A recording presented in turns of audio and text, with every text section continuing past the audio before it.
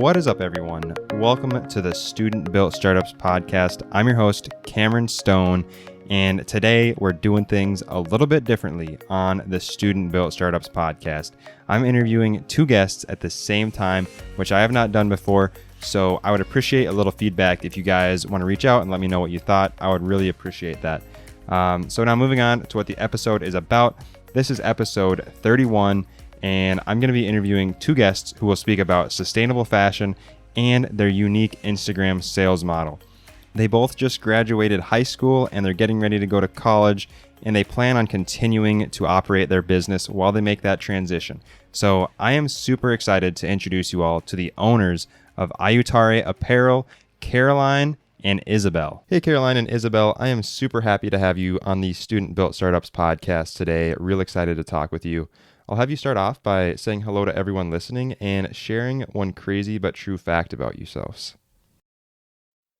Hi, I'm Caroline. I'm Isabel. We are so excited to talk to you about our experience with Aiutare Apparel. Reselling secondhand and upcycled clothing was actually one of the first things we talked about when we met, and the first thing we did when we hung out was thrifting.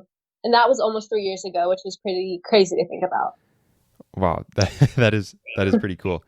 I actually have a really good friend here in Duluth who is very big into thrifting, and he sells secondhand clothing as well. So I have a little bit of knowledge about kind of what you guys are doing, but I'm really excited to learn some more. So we can jump right into it. And if you want to start off here, sharing with the audience a little bit about your education, entrepreneurial story, and some details about your business that you're running.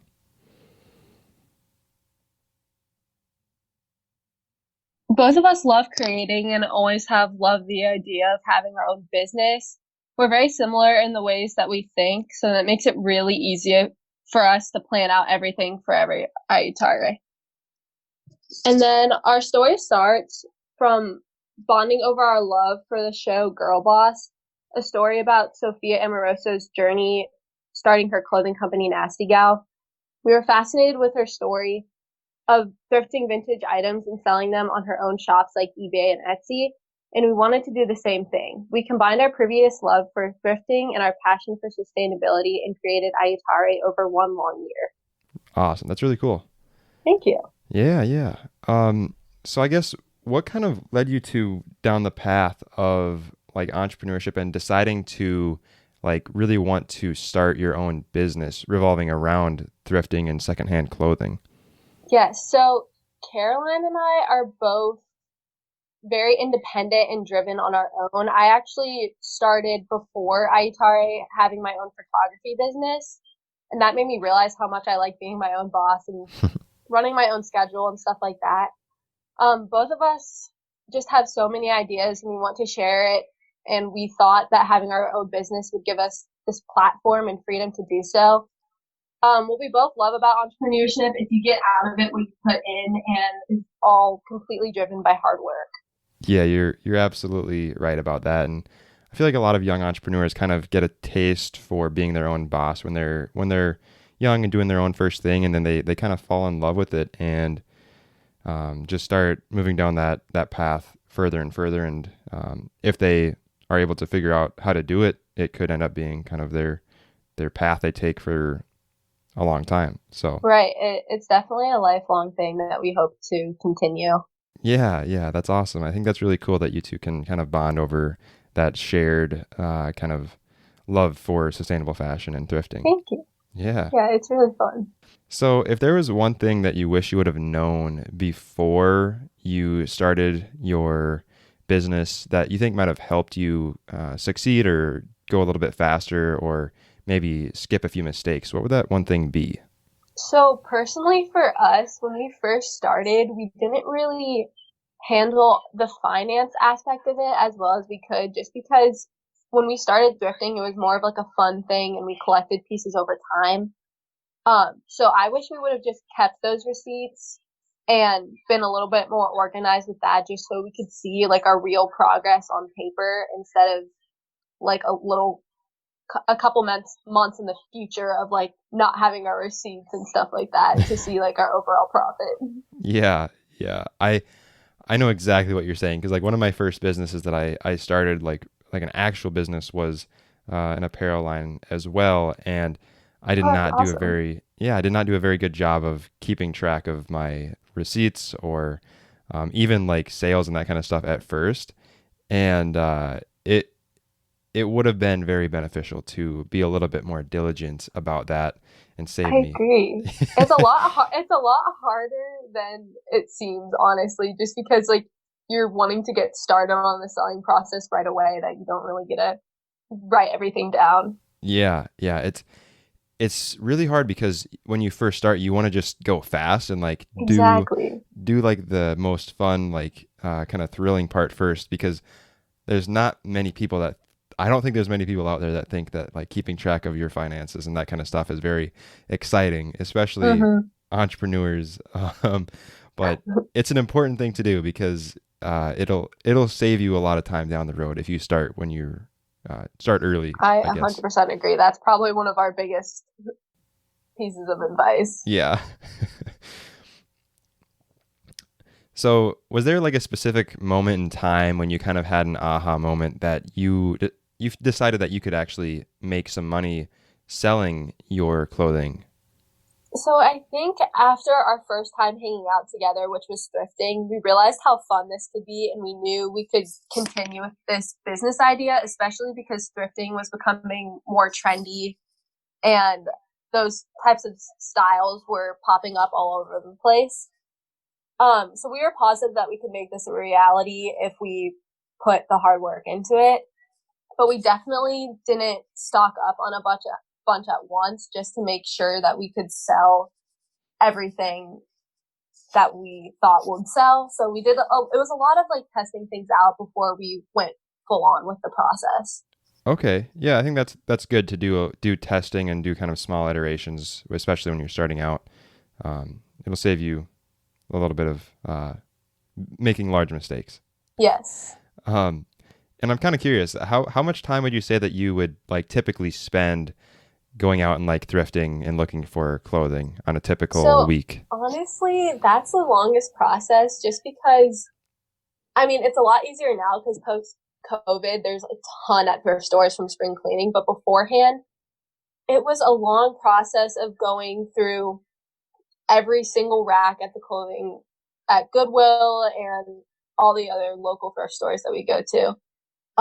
But probably around 2 to 3 hours just because we'd collect everything, we'd try things on. And then on top of that, we had to decide what we wanted and didn't want because that's where the total starts to round up pretty high.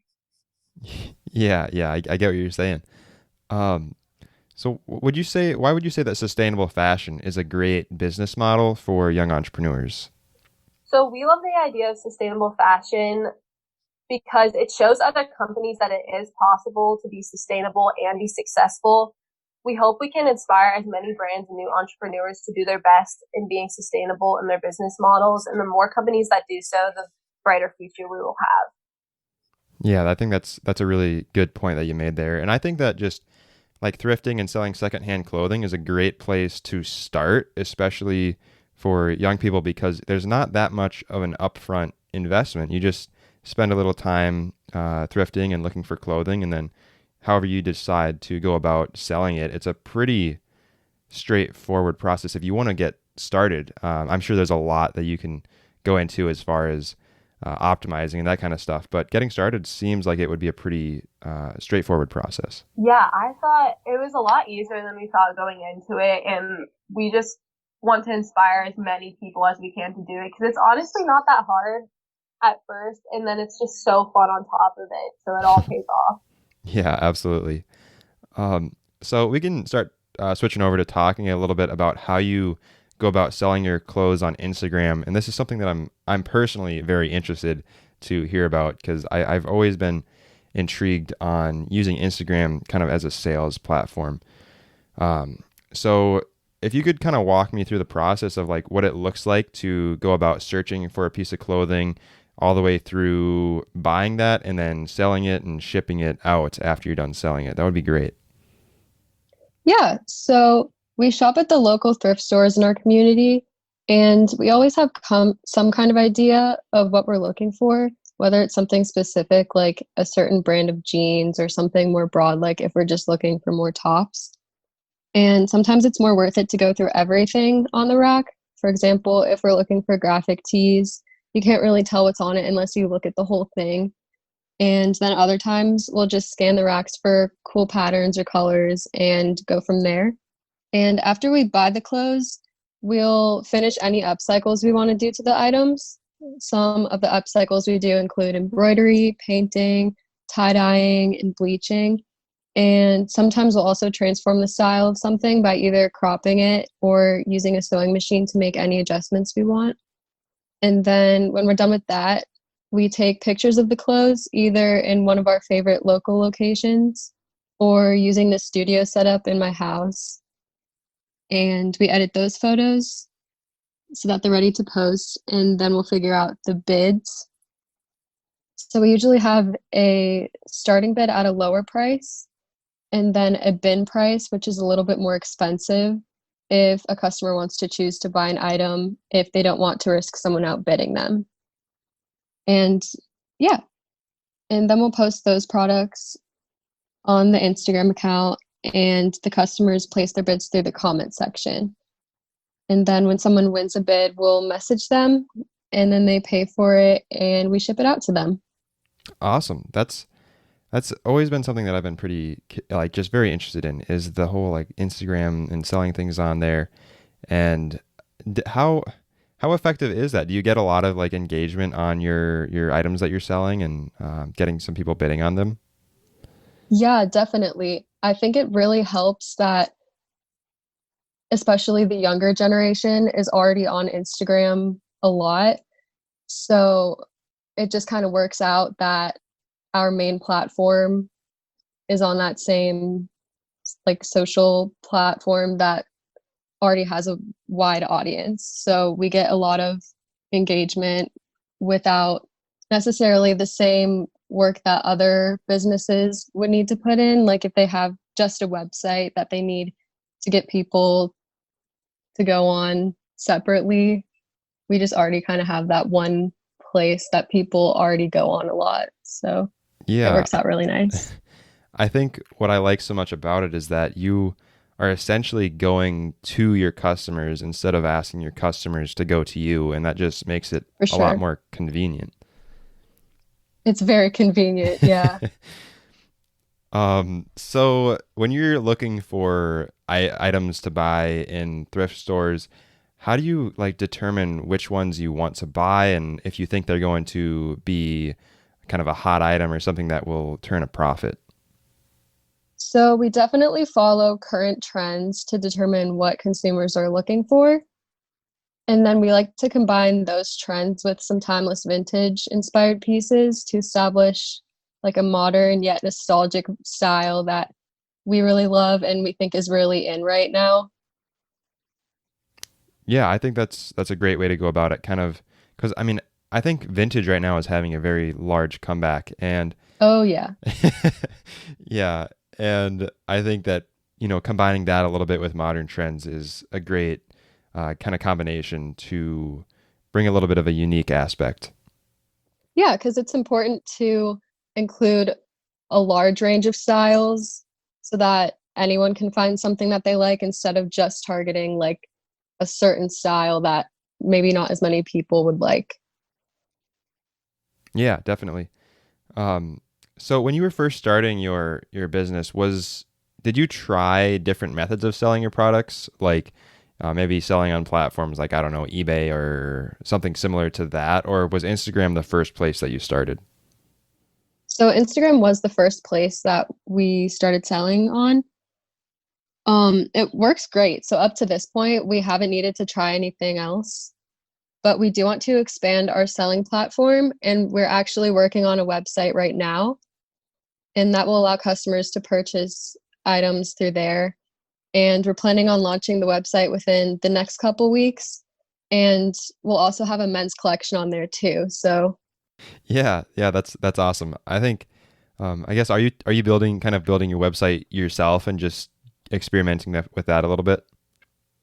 yeah, Yeah, Yeah, I think it's interesting. Is it your first time, I'm assuming, making a website? So we did have a website before just to kind of put like reviews and pictures of some of our items kind of as a promotional tool. But Yeah. yeah, there wasn't really anything like substantial to our brand on there. So this website is going to be like a lot more useful for customers. If they want to purchase items, they'll have that option on there. Okay, cool. That's pretty cool that I think you're kind of expanding upon your like ability to sell, I guess, and bringing a little bit more opportunity to that sort of stuff, I guess. Um, so have you, I guess, what are some other things that you've done to grow your Instagram following? Because I saw you have almost like 5,000 followers. And I'm kind of curious if they kind of just naturally, your following naturally grew, or if you did some specific things to help grow your following. So it was kind of a mixture of both. So we learned that establishing a distinct look to our brand played a huge role in appealing to customers. After we kind of figured out the exact aesthetic we wanted on our account, we noticed that we were getting a lot more followers after that, just because looks just play a huge part in appealing people to a brand. So we also found that interacting with followers more, as well as customers and other small business accounts, allowed us to grow as well. There's this huge reselling community on Instagram, and it's been so fun to interact with everyone on that because we all have the same interests and passions. And yeah, it's cool because that allows us to grow as well, just reaching out to those other business accounts, and we all promote each other and support each other, which I think is awesome. Yeah. And we also like to create promotional videos to capture a wider audience. Okay, that's yeah, I really like what you said about kind of identifying your aesthetic or like your brand in the beginning and kind of getting that figured out because what I really liked about your Instagram page is it seems like you have a very solid understanding of what you want your brand to look like, and I think that you have done a very great job of like presenting your brand to your audience as well and like kind of a Thank you. Thank yeah, you so yeah. much. Yeah, I really liked your Instagram page, and I think that since you're like selling on there, I think it's important to kind of keep that brand aesthetic on there as well.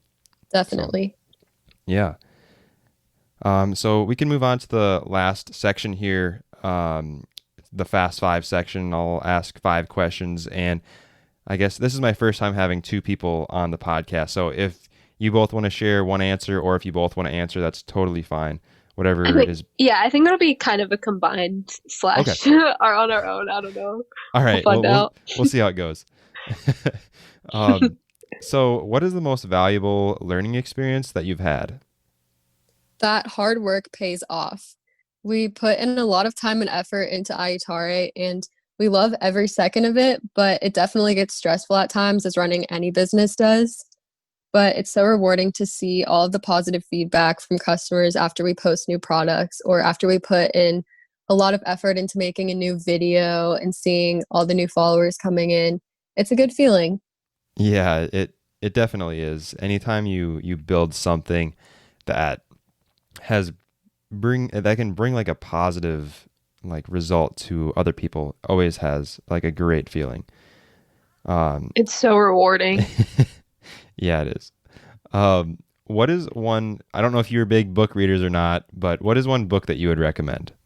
So we definitely both are pretty big book readers just because they're so educational when it comes to the business world, especially.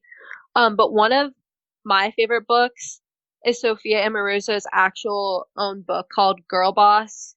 And that's where we basically learned about how she would go and thrift these vintage pieces and resell them, and just her story and experiences on creating her company Nasty Gal, which is a clothing company. And it's pretty successful, and we've definitely ordered from there a couple times previously. And it's just really inspiring because she started as a young girl and is super successful now and inspiring. Yeah, I think that's actually a pretty good example there, because I think I've heard her actually speak on a podcast before, and her story is pretty cool, and I really like kind of how she has structured kind of her story. I think it's It's a very amazing, honestly. yeah, it is. um, what is one business tool that you would recommend? Definitely Instagram. Yeah. It's our biggest selling tool, and we find it very useful in gaining an audience. It also has a lot of great tools on the app where you can look at the insights of the account. You can see like what days and times you have the biggest audience. So we use that so we know when to post to have the most engagement on those posts. And you can also promote certain posts. It's you have to buy those promotions, but you get a pretty big audience for only a couple dollars, so we find it to be worth it. Yeah, definitely. And I think specifically for you two, since you're actually selling on Instagram, that buying those promotions might actually be a little bit more of a value add than some other businesses that don't sell on Instagram, because you can actually get like a definite return on that investment that you make, I guess. Right. That's a good point. We never thought about it like that. That's so true. Yeah. So I guess this might be a little bit more specific towards like both of you, since you're business partners. How do you go about like scheduling your time and kind of planning things ahead, since you are both working on this same business?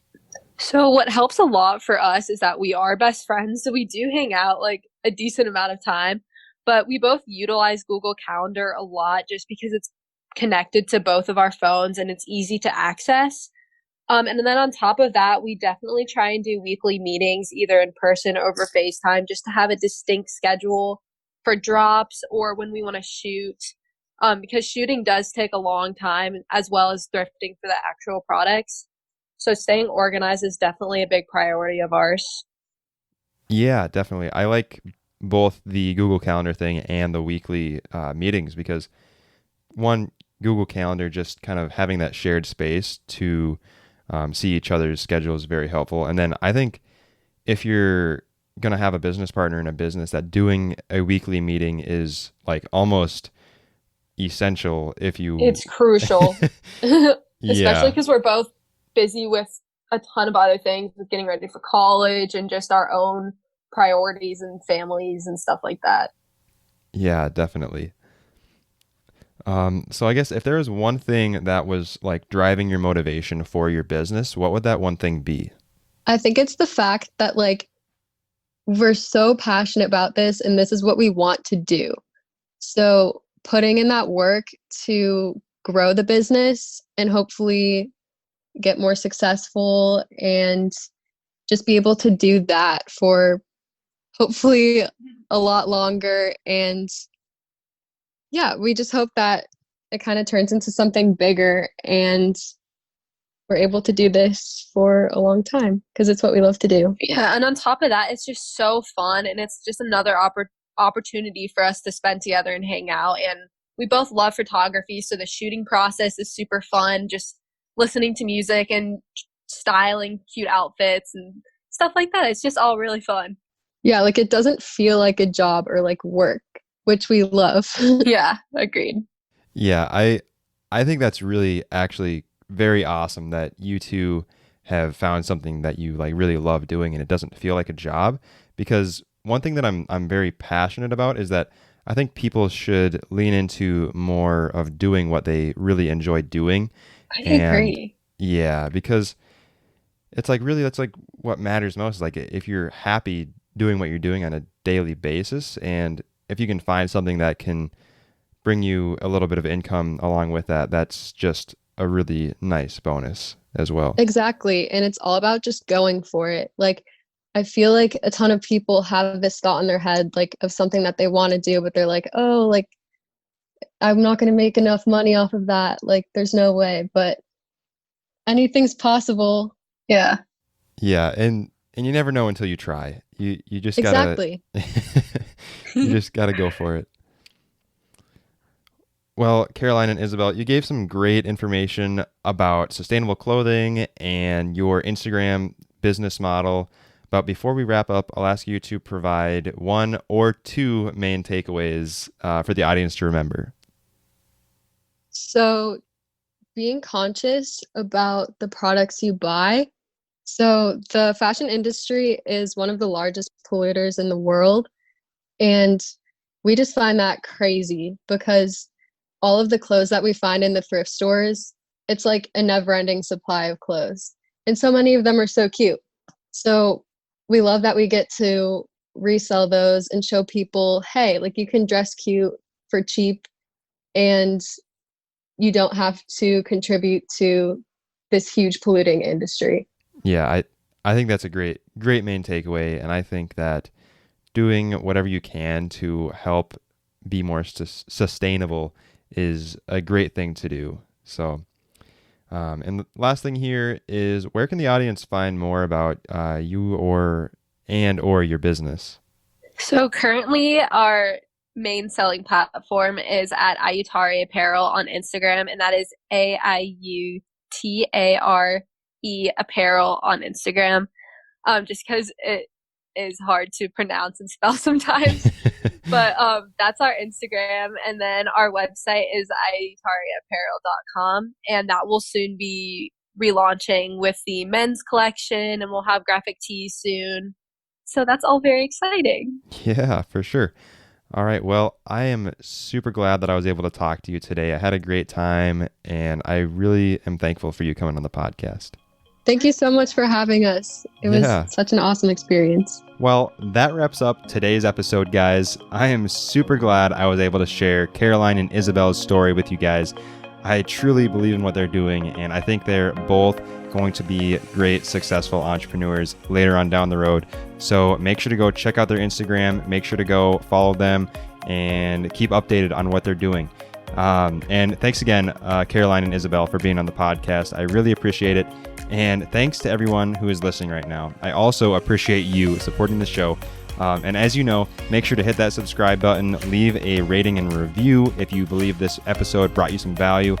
And if you want to find out more about the podcast and find some of the links and the show notes for this episode, you can head over to studentbuiltstartups.com, find everything you need right there at that website. Thanks again, and I will catch you on the next episode.